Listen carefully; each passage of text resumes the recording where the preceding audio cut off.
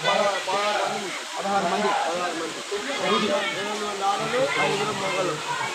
అంటే మీకు సాయంత్రం దాకా ఇక్కడ ఏం కాంతా కొట్ట గిట్ట నీట్గా వస్తుంది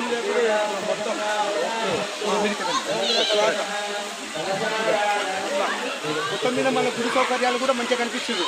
శుభ్రత పరిస్థితి కూడా బాగుంది కదా నీట్గా. అది ఏదున్నా కానీ మీరు ఎక్కడైనా చెత్తగిన కనిపిస్తుంది అంతా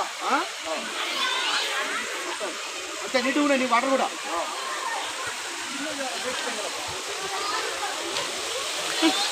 ఇది ఎందుకంటే దక్షిణ కాశీగా కాశీలో ఎట్లా ఉందో ఈడ కూడా స్వయంగా వెళ్తే బుద్ధరామలింగేశ్వర స్వామి శతం రాణి రుద్రమాదేవి కాకతీయ వంశం ఉంది కదా రాజుల కాలంలో.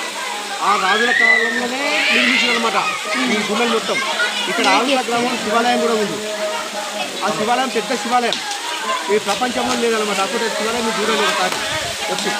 అలాంటి శివాలయం ఏకస్తంభం ఉంటుంది. ఒక ప్రతిభత ఒక్క ఆవలిలో ఒక్క చేతుడు లేపింది ఆ స్తంభాన్ని గజస్తంభం. అలాంటి చరిత్ర ఉంది. అసలు ఒక ఒకసారి ఆటకాడ కూడా చూడండి శివాలయం అనేది ఉంటుంది పక్కల గజస్తంభం పెద్దది. ఆ దేవుడు ఈ దేవుడు సేమ్ రెండు ఒకటేసారి నిర్మించారు అనమాట. గణపతి దేవుడు, రాణి రుద్రమాదేవి, దాని తర్వాత సింహ భూపాలుడు ఏలిండు ఈ ప్రాంతాలు మొత్తం. శివుడు అంటే ఆయనకు చాలా ఇష్టం కాబట్టి శివాలయాలు అన్నీ కట్టించాడు.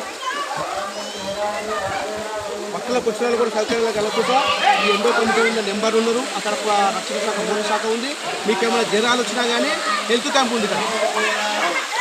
ఆ టాబ్లెట్స్ అయితే తీసుకోండి సర్వే అయినా కానీ ఏమైనా కానీ ఇక్కడ హెల్త్ క్యాంప్ ఉంది.